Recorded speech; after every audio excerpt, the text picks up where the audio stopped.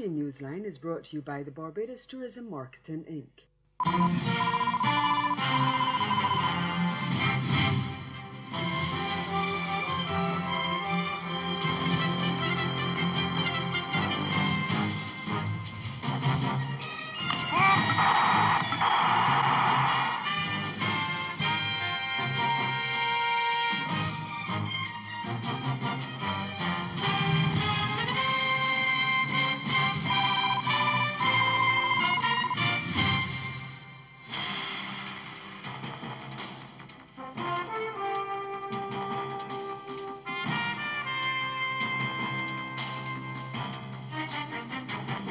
A new man heads Trinidad and Tobago's National Security Ministry.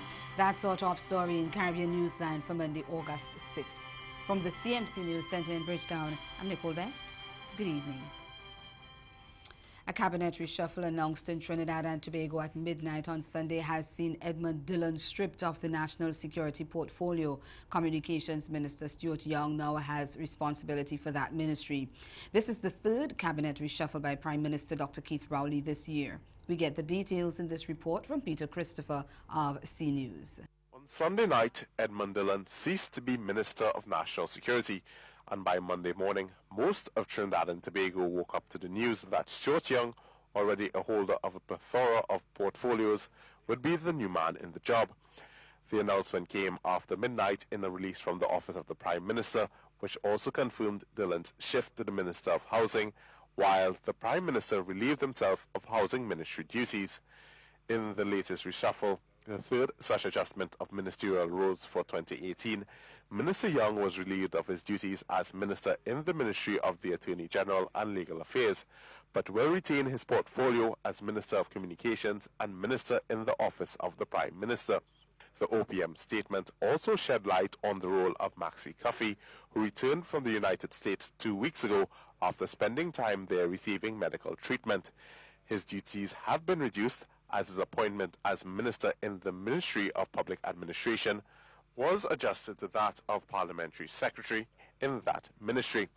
The release also confirmed that Marlene MacDonald resumed her duties as Minister of Public Administration last Thursday. The change of portfolio for Dillon is just another part of what has been a challenging year for the Point Fortin MP. News of a legal battle over a New York condominium broke in April, which was eventually settled with him selling the property back to its original owner. In June, the opposition led a motion of no confidence against him, citing concern over the number of murders for the year. That parliamentary session became well known for this moment. Let me tell you something. MP Princess Tong, shut up.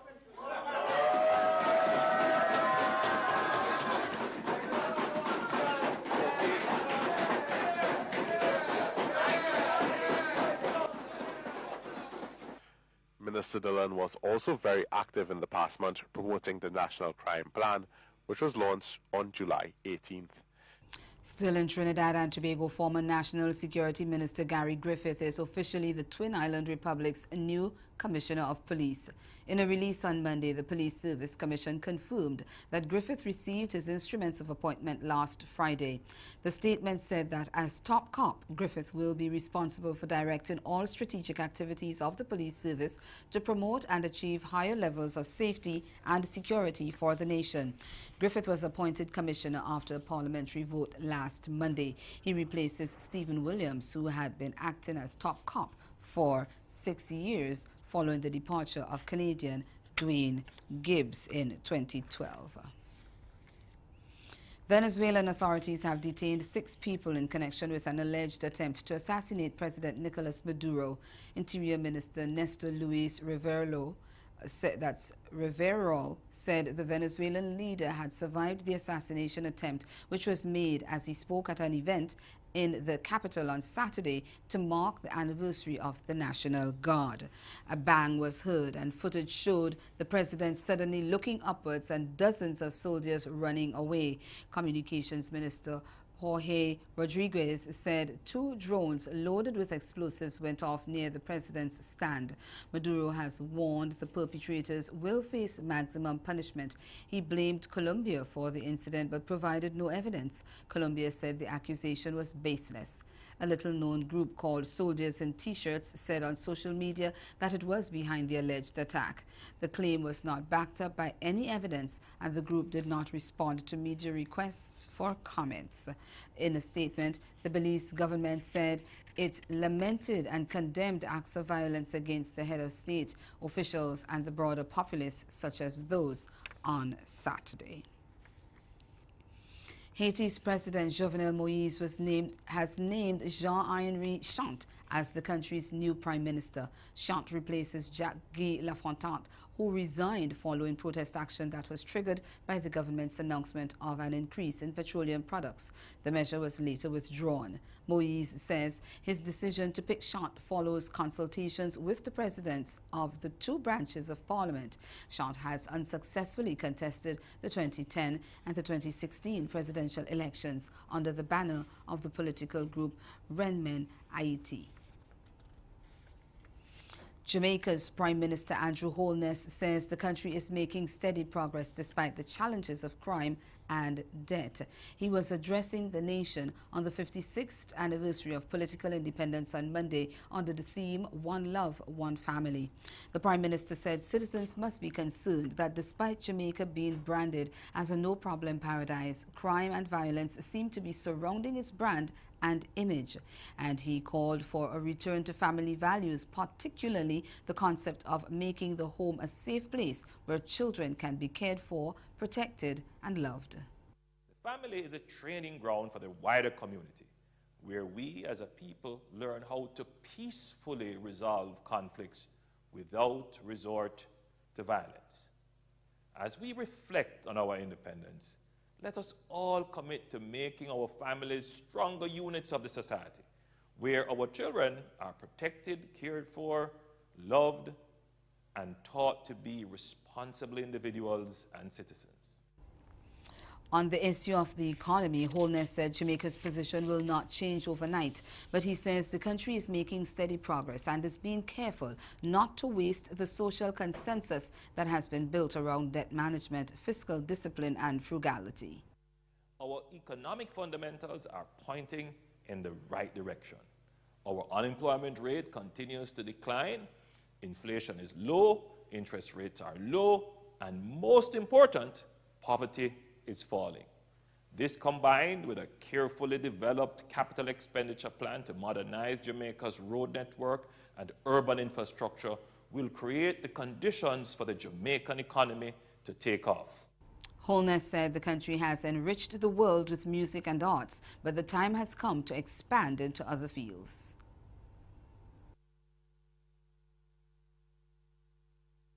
Phillips says Jamaica has much to celebrate, but challenges abound.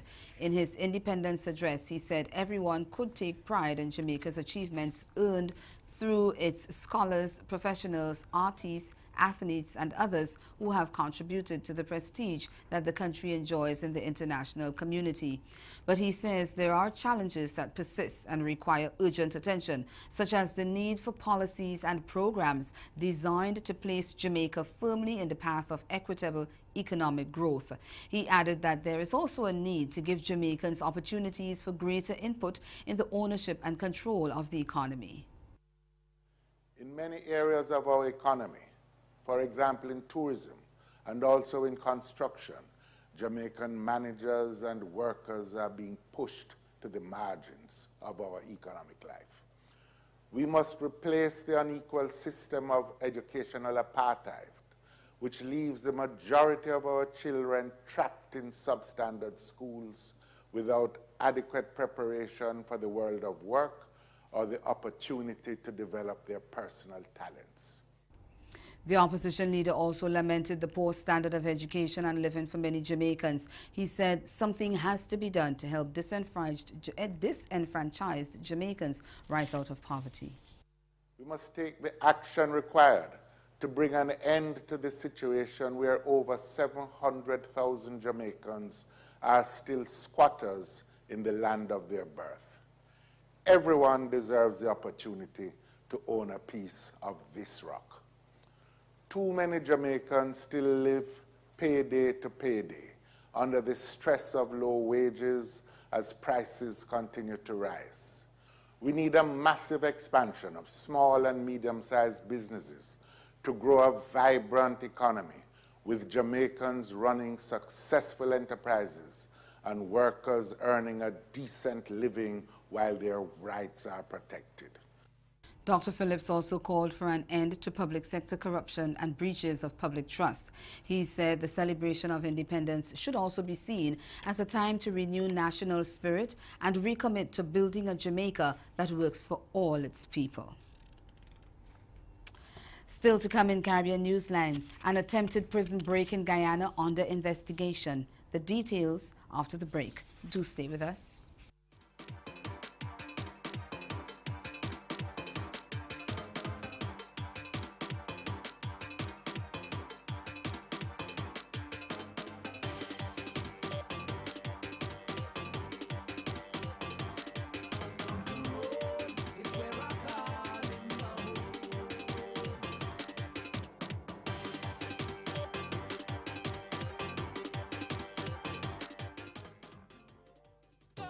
Her passion for what she believes is unmatched. You couldn't, I wanted to get to the point where you can shake me off that perfect piece. She's a book-off radio host, philanthropist, and motivational speaker. And I said, I'm going to write you a check for $10,000, which I'm not. Spirit, soul, and body. To get them some help through the transition. I'm Karita D, and you're listening to Girlfriend Get a Life.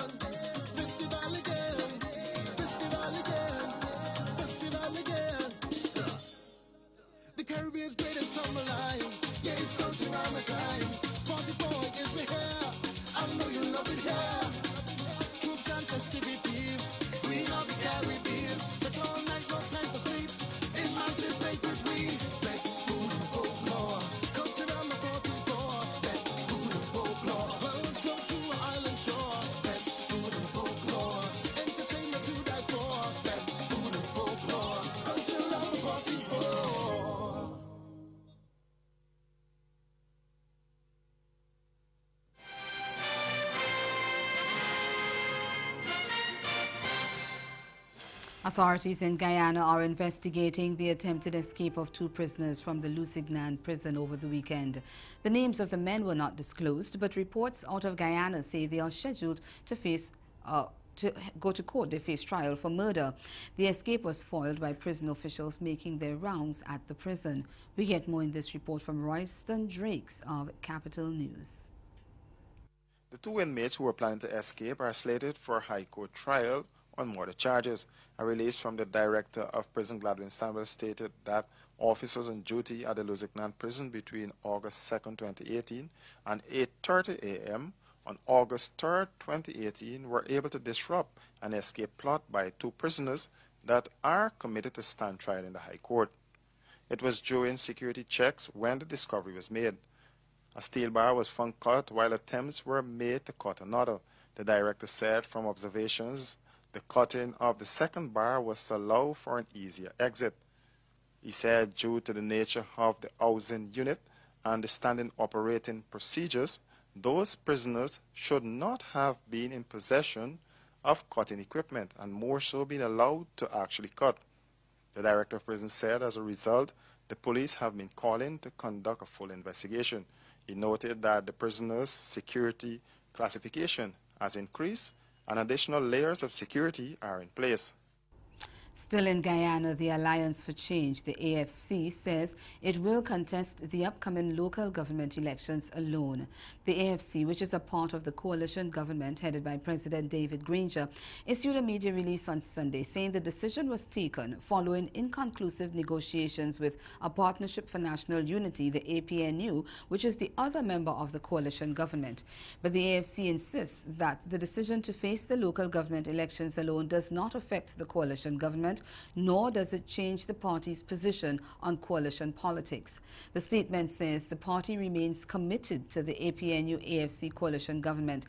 It said that as it prepares for the local government elections scheduled for November 21st, the party is confident it will continue to receive support from Guyanese, for its candidates, whom it says will be of the highest caliber. Well, this week in Newsline Health, we take a look at one of the most common non-communicable diseases in the Caribbean. Hypertension, or what many people in the Caribbean refer to as pressure, is the #1 risk factor for illness and premature death from cardiovascular disease. But it can go undetected and can cause serious health problems such as heart failure, stroke, and kidney damage. So Executive Director of the Caribbean Public Health Agency, Dr. James Hospitalis, says getting checked every year is important. Factors which contribute to hypertension are similar to those of the other major chronic NCDs, such as diabetes. They include unhealthy diet, high salt intake, obesity, inadequate physical activity, and excessive use of alcohol. And Dr. Hospitalis says combined and coordinated efforts at local, national, regional, and global levels are needed to increase awareness of the dangers of high blood pressure and address the risk factors associated with this silent killer. While the prevalence of hypertension usually rises with age, he stressed the importance of maintaining a healthy lifestyle at all ages. That includes reducing salt intake, eating a diet rich in fruits and vegetables, and exercising and maintaining a healthy body weight. And check your blood pressure numbers regularly to be assured of good health. Equally as important as finding out if you have hypertension is sticking to a preventive treatment and lifestyle plan if you already have the disease. If you have been diagnosed with hypertension, stay on the treatment prescribed by your doctor or health provider, especially if you have other risks like diabetes, high cholesterol, or are a smoker. The Caribbean Public Health Agency says it's not a disease to be taken lightly. Dawn Paris for Newsline Health. And ahead in Newsline Sport, another series loss for West Indies. Stay with us. Sport is next. This hurricane tip comes to you compliments the Caribbean Disaster Emergency Management Agency and the Caribbean Media Corporation. Be prepared. After a hurricane, get medical attention for injured persons as soon as it's safe to do so.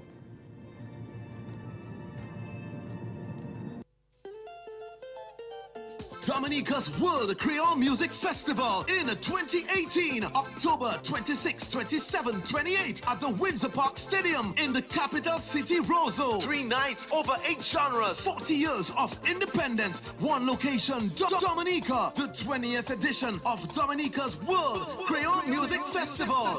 For more information, like our Facebook page, Dominica Festivals. Visit our website, www.dominicafestivals.com for all travel, accommodation, and ticketing details. My love, my home, my Dominica, building a resilient nation. See you there! Proudly sponsored by the Government of Dominica and Discover Dominica Authority. Guyana's first carnival experience has been dubbed a success. The festival, which kicked off on May 18th, climaxed on Sunday with the parades of the bands. Thousands of Guyanese from all corners of the country, as well as a large amount of tourists, on Saturday braved the weather and took to the streets of Georgetown to get a glimpse of the beautiful and earthily decked out men and women in their brightly colored costumes to celebrate the country's 52nd independence anniversary.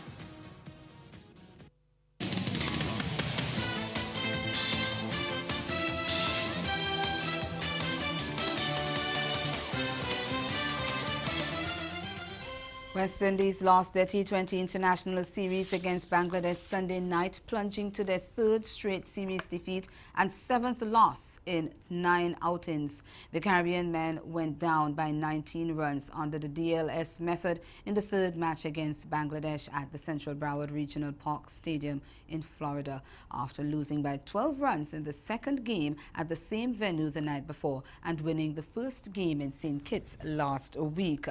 Chasing a difficult 185 in the series decider, West Indies were heading to a defeat at 135 for 7 in the 18th over when rain ended ended the match prematurely. At that point, they were well adrift of the past score of 155, handing Bangladesh a series win and a sweep of the Florida doubleheaders. The reigning T20 world champions had been slumping at 32 for 3 at the end of the 6th over, and not even Andre Russell's whirlwind top score of 47 from 21 deliveries could rescue the run chase. Rovman Powell slammed 23 and Danish Ramden 21, but left-arm speedster Mustafiq Rahman, who ended with 3 for 31, made key strikes to keep the Windies innings in strife throughout. Man of the match Leighton Das has earlier struck an entertaining 61 of 32 deliveries to propel Bangladesh to 184 for 5 of their 20 overs after they had opted to bat first. Let's take a look at the highlights. Swept away. Starts on a positive note. Bangladesh yet again. Swivels, gets it behind, and it goes all the way yet again. Gets it through, just nearly. Gets this one over the fence and picks up his first maximum. And out.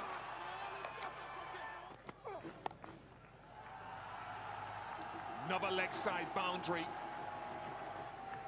50 comes up for Leighton Das. Oh, and again close. This is whistled over extra cover. And there we go. Slower boy yet disappear.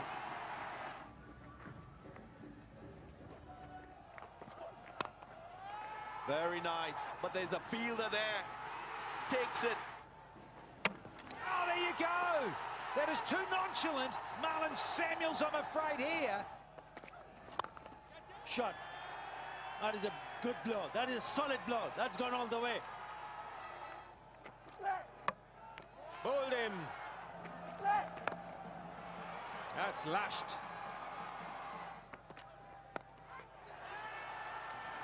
Up in the air. Will it be taken? Yes. Gone. Again, my dear.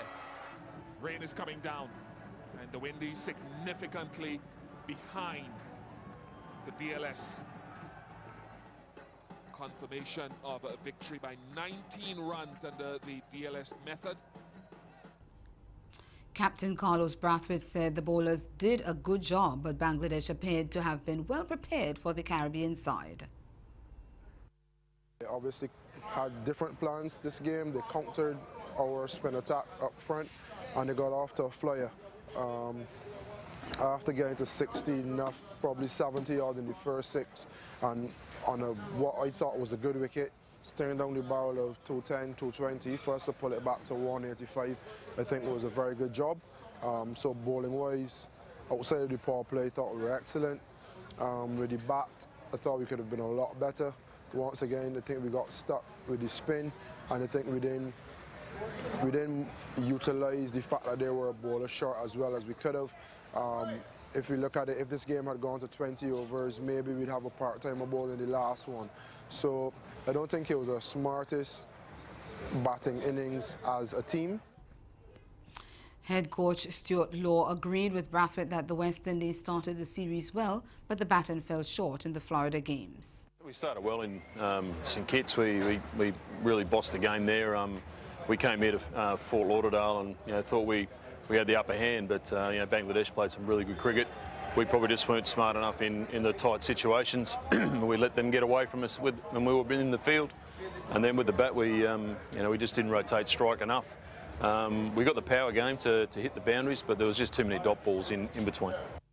Meantime, looking forward to matches in Bangladesh and India later this year, Brathwaite said West Indies need to be surer with the bowling plan, especially when it comes to spin. We're to India, Bangladesh, you have to find ways not only to get good solid starts, but also to have some wickets in hand. And then what has been our Achilles heel for a few years, rotating the strike in the middle and not getting bogged down by the spin.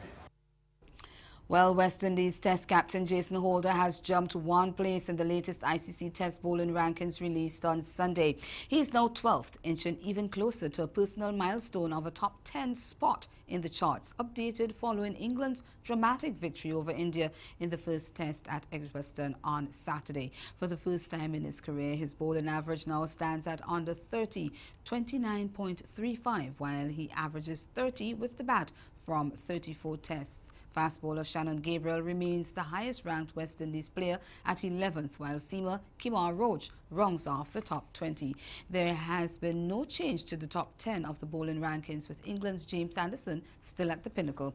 Holder is also 5th in the all-rounders rankings.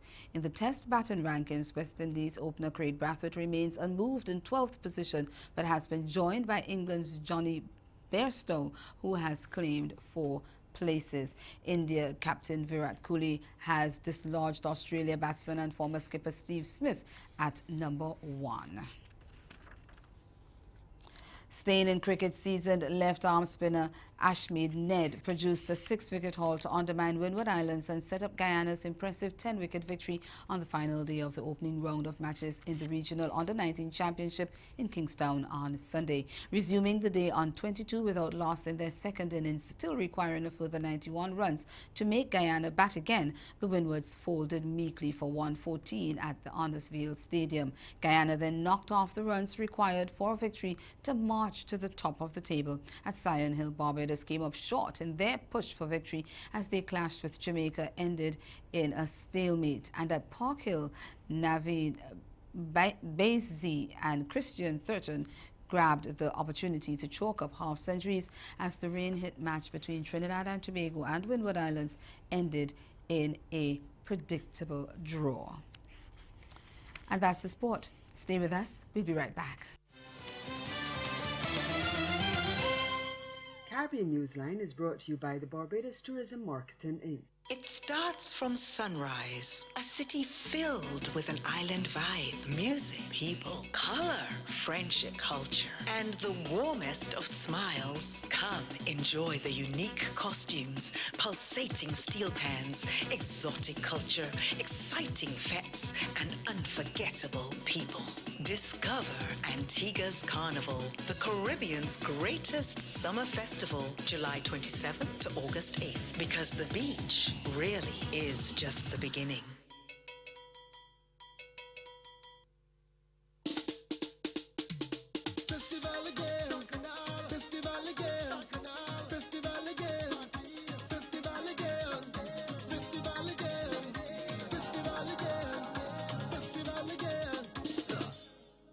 The Caribbean's greatest summer line. Yeah, it's country around my time. 44 gives me hair. I know you love it here. Troops and festivities.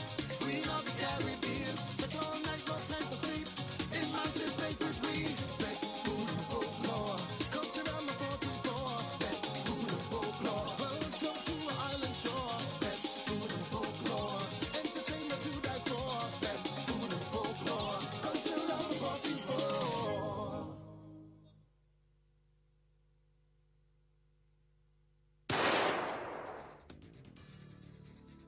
When he fired, after he fired the 5th round after me, whilst I was there still on top of the dead man. You understand? Getting off of the dead man now, I gotta lash a bucket. It's buckets, it's big white buckets, where they just put garbage.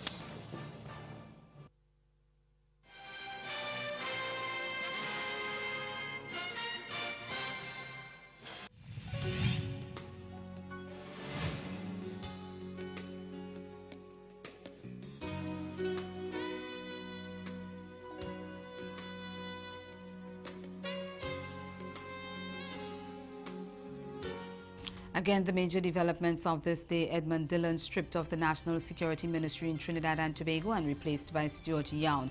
And in sport, West Indies' baton failure leads to a 2-1 loss in the T20 International Series to Bangladesh, and that's their 3rd straight series defeat and 7th loss in 9 outings. Now that's Caribbean Newsline. For news and sport around the clock, subscribe to CarnaNews.com. We'll be back here again tomorrow But from all of us at CMC News, thank you for watching. Have yourselves a good night.